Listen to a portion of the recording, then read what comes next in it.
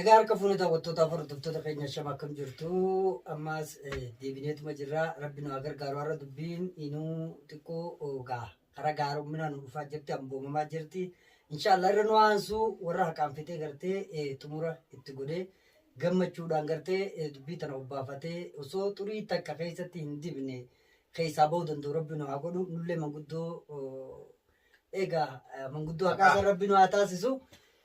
Akkasii amma dubbiin arraan tana karaa xumuratti nurraa deemaa jirti.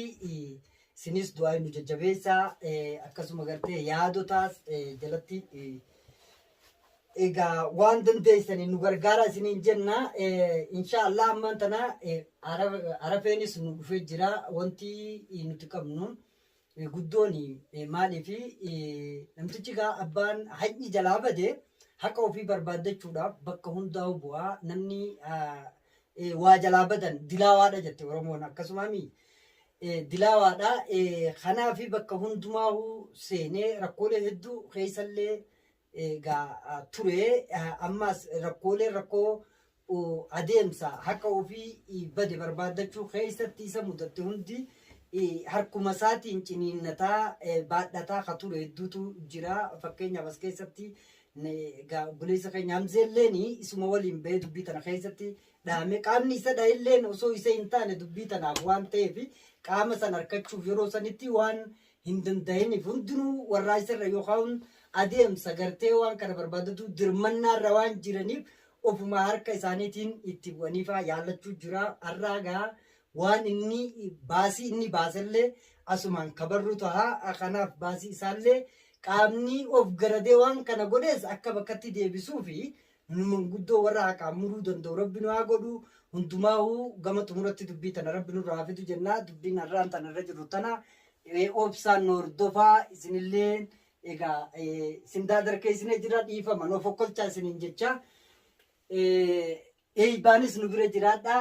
Dubbii tana qabna tanatti ceenaa har'aan tana nulleen xiqqoo fuulli keenyallee nu ifa fakkaatti. Yaaboo. Inshaallah rabbi xumura nurraa haa godhu. Sirri dubbiin teessinaa dabarsitee yaa'u.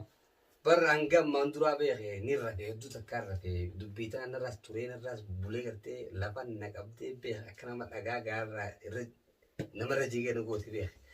Amma immoo xumura jennaan hin beeke sagalee ol qabadhee beeke narra laalee oliin qabadhee mataa ol qabadhee maaliif jetti naan jii.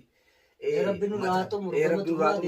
Dubbii rabbiin gartee hammaasa hogguu seentan du'aa inni seenaa dubbii tan du'aa inni seenaa akka gartee rabbiin gartee laal as keessa tawaan taates gartee insha Allah ta'ala hunduma siitu gartee akka rabbiin gulmaafu arra utuu hin taane arra qofa utuu hin taane gartee akka bishaanitti gartee yookaan akkamitti warra wal jala yaa'ee laga boosa rabbi nu haa godhu gartee laga machiiftee jirta hedduu akka gartee haalaan ammaan tana laal wayin irra taa'arraa ka'e garuu rabbi waa irraa kaasu raawwatan hunda baraatu hunda dhabu irraa godhuti waan achi gartee bubbutee gartee walitti gartee waan ejjan kana hunda gartee maqaa keessanii baqaa jirti mee eenyutti akkasii deebitee jirga harabbaa dabarsisuu sii beeka.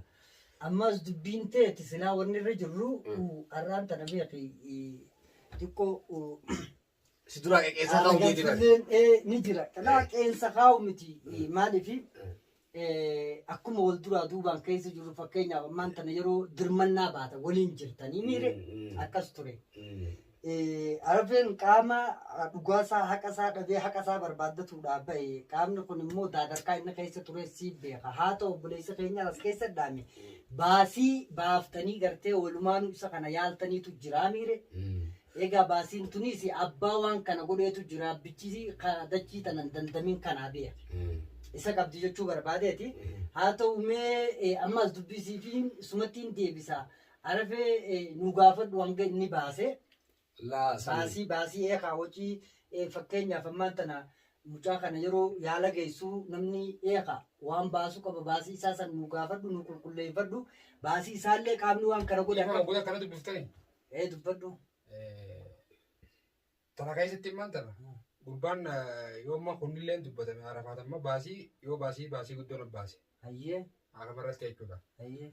Kan akkan dubbannees gartee wanni kun irratti taa'ame gartee dirqama isaatii wanni kana baasuunis mucaan ammaan tana waan kana dura raawwate kun si fayyamee jira.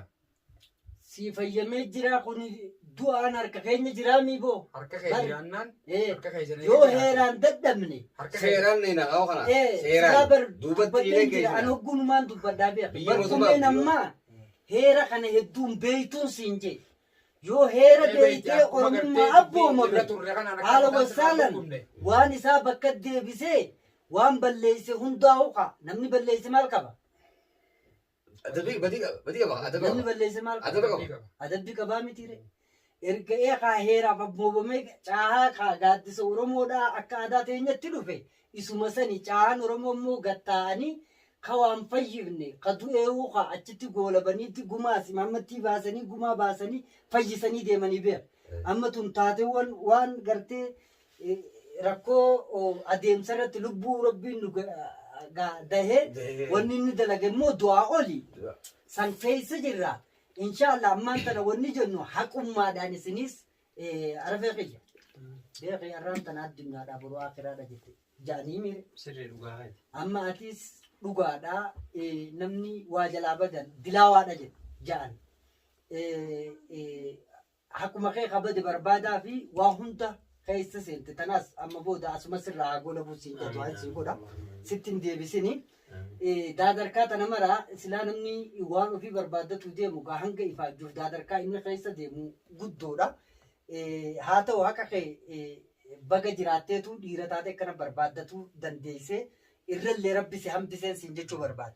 Osoo itti isin idaan osoo irraa isin hirrifne as keessatti waan obboleessa keenya hamzee isa siif jecha dirmachuu bahee sii galee wanni kun irra buute kaa ittiin yaalte osoo ittiin idaan osoo irraan hirrifne haquma saniin himi.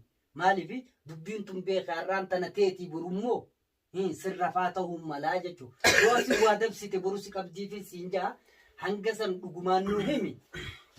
Tun dhugaadha beekadhu waa adalleedha yoo nan illee kan hin dabsute garuu immoo an arras borus hamzeedha waan takka waan shilingii takka itti isaabbachuun barbaanne. Isatti isaabbadhu hin jenne ammaas waan na dhaggeeffadhu gaa narraa baasi. Dubbiin abbaa horiidhaa miti. Galatoometillee manguddoo hoyi. An hamzee waa'ee hamzee tana sanillee jee dubbachuu hin barbaanne baasiin baasellee yoo nan miladhallee hin danda'a. Garuu ammoo gurbaan badii balleeyse jallaan sun akka gartee waan akkanatti hin deebine yoo hajattan taate yoo inni gartee kan kannu jedhu ta'ellee karaa seeraatiin illee irraa ifuun akka tireefu jettetti. Karaa sanii yoo ta'e malee wanniin hamzee baase akka waan hin fi baaseetiin natti fakkaatti. Gurbaa ammoo adaba irra keessu gaaman guddichaa beekaa sii beekaa karaa hamzeetiin immoo hawaa takka na bira hin jiranii waan hin baasellee jedhee dubbadhuun qabu. Amma inni ija mul'atee jira. Mul'atee jira waan hin afaan tokko hin qabu jechuudha amma asirratti. Maaliif yoo kan taate isinii beekaa gurbaalleen ilma Oromooti garuu gaa namni tokko adabamee yookaan immoo nagaa buusuudhaaf akkasitti na fakkaata. Hamzeelleen akka qalbiinsaa aariitti gartee duraanii san keessaa dhabamtuuf ka'a. Amma mallee yaadde bareedaadha naa galatoome mallee nuu bulisii jenna. Kuni beeki waanuma uumaan qabu jechuu qabna malee nuti akka fedha keetiis fedha hamzeetiis fedha hundaatu deemuu hin dandeenye. Heeruma manguddoon qabdu gartee akka aadaa Oromootti dubbii dhufte akka gartee dubbitti fixuudha qabnaa jechuudha. Nu ammoo waan boru quba nutti laataa dalaguu hin barbaannu. Kanaaf dubbiillee dubbiillee hojiif hin qabnu hojii biroollee ni qabna ofirraa rabbi nurraa haa xumuru. Amma baasii ati baafte naa himisiin jechuun heeruma manguddoon jechuu qabdu beeka. Hanga isaa gaafa barre qaama waan kana harka isaatiin of garadee godheetu jira. Qaamni san waan san bakkatti deebisuudha qabaa waanuma nutiis dubbachuu qabnuuf hin jedheen cabija. Ani kan hin baase waraqaan waan hunda qorichatti hin binneefi hatta taaksii itti kafalleefi innillee quba qaba. Ragaadhaan waan nama duuba godhu takkallee hin qabu. Akkasii maallaqitti bahe gartee guyyaa an hangaan an beeku dura dhibbaantamii sana jechuun waan baase gartee waan xiqqoo tokko isaa baase. Amma arafe ati yoo jallisanii si gaafadhaa dubbii tanatti seenuu kan hin feene namni dubbii gaafadhee jiru arafeedha. Arafe ati itti isin ideeniin siin jee irraa isin hir'isin wanni baafte meeqaa baasiin eeqa baafte ani bar galatoome ati illeen hedduu takka galatoome ulfaadhu waan hanqa kana waan hin je'ee himuu wallaalee bar akkami waan himtu wallaalta waan baaftee himtaati ammaan tan wanni irra jiru guyyan kaadhaa beeke gara xumura firraa inni 150 siin jee miti doolaara 150 siin jeemi walumaa galattuu doolaara 250 ta'a maal jeetiin dubbadha duba kana amma mucaa ceephoo buufachiisaadha kan akkuma jiru dhiisaadha mucaa ceephoo buufachiisaadha akka inni isinii qixaaxamutti akka inni isinii yaaniin isin jala deemutti isiniin wanni Oromoo saba Oromoo illee dhiifama gaafatu godhaa malee baasiin kun baasii xiqqaadhaan jeebar anuun hin danda'a. Yoo irraa baasuu baattanis irraa baasa. Ani immoo akkuma maqaa kiyyaame. Amma mucaa akkas godhaa ati maqaa kiyyaa miti jettee falmachuun kee mirga kee. Mucaa akkana godhaa jechuudha miti maanta wanni nuti asitti eenyu keellate dachii dhooti gooduudhaan teenyu. Nuka si gaafanne gaafii si gaafanne waciin ati baafte ittiin hidhayin irraan hir'isin meeqa. Waciin an baase doolaara 250. Hayyee irraa naa fuudha. Akkasii. Irraa naa fuudhaa miti. Sannuu murteessaa. Hanganaan itti baase. Akka nagahuun akkasi murteessaa amma dubbii fidelaa. Hanganaan itti baase. Murteessaa galatoomaan of qolcha. Murteessaa malee an hanqiin baase hanqasuma. Sun baasiin atti hin fakkaatu. San tagartee tarra gartee murteessuu tagartee taman guddooti. Waan si tole deebisuma. Tole hanqiin baase hanqasuma. Amma simire. Ayyee nu galatoomaadha. Akkana siin jaa. Amma nu galatooma wajiin ati baaftu walumaa galattuu taaqaa doolaara 250 jettee. Akkasii. Hayyee bareeda. Isa zarammaa egaa mucaas jaammanneeti dhageeffadhu hundee keessa. Biifirraa golabaa deemna. Qaamni waa balleessi beeka isaa miti. Adammoo waan tokkoon si gaafadha dhiifama naa godhi. Dhiifama naa godhi. Hayyee maal nu gaafattame. Nama hedduu kan amma if bira wali qabde. Namni kun guutuun numa jira asuma jira. Haa ta'u garuu akkamii mucaan sammaan tana asuma taa'u jira waliin taa'u jira. Ati tanama dubbiin tu yoom nurraa xumura tanama hedduu kanaa fidide. Nuka dubbii tanaa mataa nu garagalchaa jira. Tatanaa. Bar dubbiin amma nuti irra jirru tun ati nama dila kanaa walitti qabdee walitti ani hin qabne. Ka walitti qabe dubbii dhalattee qabe walitti nama. Ammoo dubbiin dhalatte tun dubbii guddoodha. Dubbii kaan nama gurguddaadha akka ijoolletti haasa'uu hin qabnu. Dhugaan. Amma atis osumaa barbaada deemtu as dhuftanii miti wanni barbaada deemtu. Naakka isa ibsaaf isiidhaas jirti. Hayyee. Mucaadhaas jireechu jirtaame. Maalirra nuun dhayitii dubbiin tun. Maalirra nuun dhayitii. Maalirra nuun dhaqu. Jarri kun haa duraanis isii biraan itti argame gurbaan. Ansaniif hin jenne. Akkasii miti. Isiin beekadhu maatii isaa biri jirti. Sanniin amanan. Maal baaftee asirratti nutiin dilla kun mana kee jirra. Mana kee jirra. Maalirra akka geenyu haamee mamaa irraan geesse. Gaaffii xiyyaa. Wanni irraan geenye. Tokkoffaa irraan tana xiqqoo dubbiin nu qaceelteetu alhamdulillah waanuma ati baafte sanuu si gaafachuutti jirraa beeka. Tole galatooma. Maaliif qaamni waa balleessee jira baasii tanaas bakka buusuudhaaf isa gaafachuufi nuti. Kanaas akka godhu dirqamatti kennu akka manguddootti. Kana qofaa miti badiin isaa guddoo sanillee dirqamatti kennu gara gulantaa galchutti deemuudha jechuudha. Wanni nu qabaatanaa miti tole. Meemsee kiyya kam jettan. Mataan nu gara hara jirta. Hara jirtaa mi dhiiga kee akkam goote. Dhiiga kiyyaa bal fixanne. Fixattanii? Haasa'immaa haasa'u jirru haasaa maali boo ati maal akka ijoollee godha. Ati fiifoo daawwayii qabda. Akkaan jeeti. Allah. Dhiigaa misee kanas dhoysuu barbaadne mucaas. Dhoysuu eenyu dhoysuu jira ati yoo dhoysuudhaa deemte malee nuti waa. An akkam jeetiin dhoysaa namni. Haa galatoom. Rakkoota akkan qabu laa. Galataas hin barbaachisu. Ilma manaa baaneef. Amtoomtuu sinirraa qabu. Ilma manaa baaneef. Guuttannee akka gallu yoo ta'e. Dhiiga kiyyaa rabbi irratti hin dhiise. Garuu siyachaan liqimseen maas. Sirraa qabu ammallee hobbaan isiniin jaa. Galatooma walaa yoo isin afaan dhaabbannillee nu of kolcha. Nu galatooma wanni nu afaan dhaabbatan hin jirtu dubbumaan nu afaan dhaabbate dubbiillee dhala nurraa qaceelte amma gara firraa xumurattuu deemutti jirra.